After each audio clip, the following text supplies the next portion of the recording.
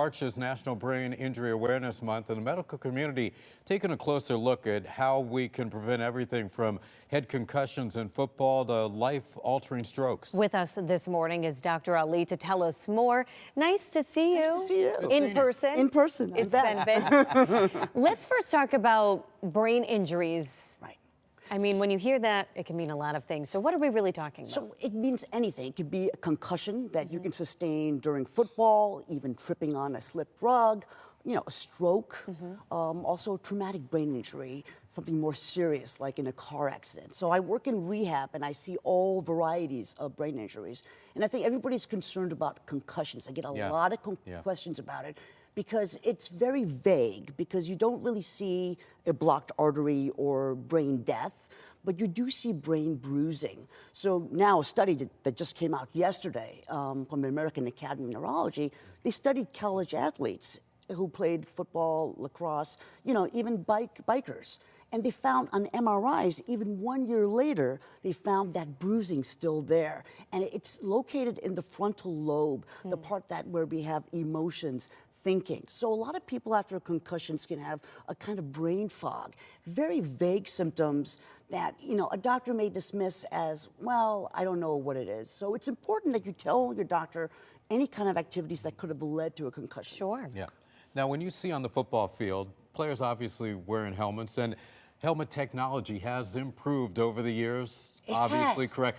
But has that really made a significant impact on concussions? It really hasn't, because when you think about a concussion, it's not the skull getting impacted, it's the brain going back and forth within the skull, causing that bruising that we see. But now there are new studies on these new Guardian caps on top of the hard helmets that provide a cushion to kind of buffer that force.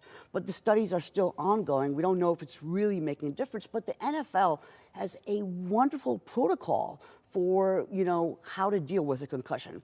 First thing is, players have to be honest. They don't have to be tough and say, oh, I can go play. If they get concussion, if they start feeling a little off balance, they start seeing a curtain over their eyes, they have to be taken off the field. That's the first most important thing. Then people ask me, well, then what do you treat them with? I mean, because they don't have a stroke or anything. So the studies show that the first thing you got to do, believe it or not, is avoid blue light. Avoid phones and screens for 24, 48 hours.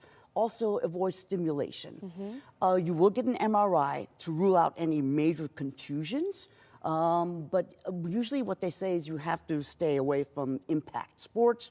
Some people are saying that now aerobic exercise to increase blood flow to the brain under a doctor's guidance is showing some benefit.